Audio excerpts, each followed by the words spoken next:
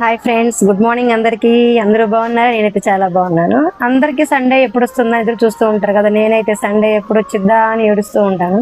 ఎందుకంటే సండే వస్తే ఎంత పని ఉంటుందంటే, చూసారా నా బ్యాక్ సైడ్ ఎంత మెల్ల ఉందో. ఇది మొత్తం ప్రతిరోజు ఊడ్చుకోవాలండి. ఇంతకుముందు మేము చిన్నింట్లో ఉండేవాళ్ళం, కానీ ఇప్పుడు కొంచెం మాకు ప్లేస్ ఎక్కువ ఉన్న ఇల్లు ఒకటి తీసుకున్నాము. అంటే ఇంట్లో అంత పెద్దగా ఉండదు, కానీ అవుట్ సైడ్ మాత్రం చాలా మెల్లగా ఉంటుంది. మొత్తం ఊడ్చుకోవడం అయిపోయిన తర్వాత ఇంకా నా మొక్కలు ఉన్నాయన్నమాట. సమ్మర్ కదండి, ప్రతిరోజు వీటికి వాటరింగ్ ఇవ్వాల్సి వస్తుంది.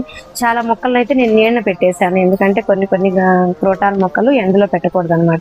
కొన్ని మాత్రమే స్టాండ్లో ఉండే. ఇంతకుముందు స్టాండ్ నిండా ఫుల్గా ఉండేయండి. మళ్ళీ వర్షాకాలం వస్తే మాత్రం ఫుల్గా నింపేస్తాను మొక్కలు.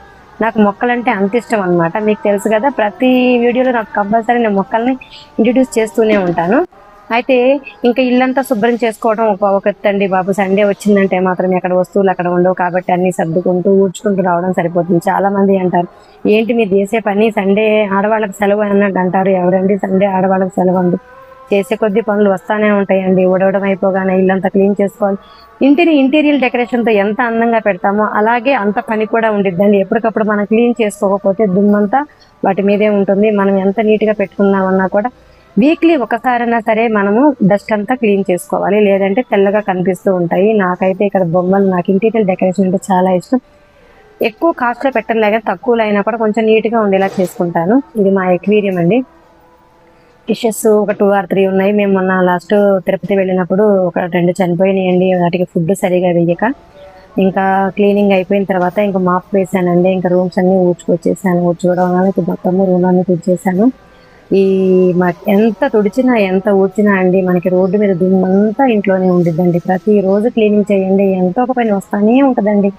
మనం అనుకుంటాము ఏముందిలే పని అని అనుకుంటాం, కానీ అస్సలు పని వస్తూ ఉంటుంది చేస్తుంటే. సండే అంటే కొంచెం కూడా రెస్ట్ ఉండండి. కాకపోతే ఎర్లీ టైంలో కన్నా ఒక్క ½ ఎక్కువ పడుకుంటామేమో అంతే, తప్పితే 4:30కి లేసేవాళ్ళము, 5కి లెగుస్తాము అంతే. అంతకంటే ఏం లేదు. ఈలోపు మా వారు టిఫిన్ అయిపోయిందా టిఫిన్ అని అడుగుతూ ఉన్నారు. ఇంకా నైట్ పెసరపప్పు నానేసానండి, అవి దోశ వేసి ఇంకా మా వారికి దోశలు వేస్తున్నాను. ఈ దోశ పెనం కూడా ఎప్పటిదోనండి, మార్చి కొత్తది తీసుకుందామంటే కుదరడం లేదు నాకు. కానీ దోశలు బాగా వస్తాయండి ఎప్పటిదైనా కూడా. ఇంకా ఒక పక్కన పొయ్యి మీద టీ పెట్టేసుకున్నాను. దోశ అయిపోయింది, ఇంక మా వారికి పెట్టేశానండి. మా వారిని అడుగుతున్నాను టిఫిన్ ఎలా ఉంది అని. ఒక చిన్న కాంప్లిమెంట్ కూడా ఇవ్వలేదు, బాగుందని కూడా సైలెంట్గా తినేస్తున్నారు. వాళ్ళు హెల్ప్ చేయకపోయినా పర్లేదు, టిఫిన్ బాగుందని చెప్తే మనకు కూడా చాలా హ్యాపీగా ఉంటాం కదా. కానీ అలా మాత్రం చెప్పరండి బాబు వీళ్ళు. ఇంకా టిఫిన్ సెక్షన్ మా వారు తినేయగానే నేను అవుట్ సైడ్కి వచ్చేసి ఇంకా వాషింగ్ మిషన్లో బట్టలు మొత్తం తీసి ఆరేసానండి. ఇంకా వైట్ బట్టలు ఉన్నాయండి, అవి మనం వాషింగ్ మిషన్లో వేసేవి కొన్ని అయితే, కొన్ని వేయకుండా మనం చేత్తో ఉతుక్కునే బట్టలు ఉంటాయి వైట్ బట్టలు, వాటిని వాషింగ్ మిషన్లో వేస్తే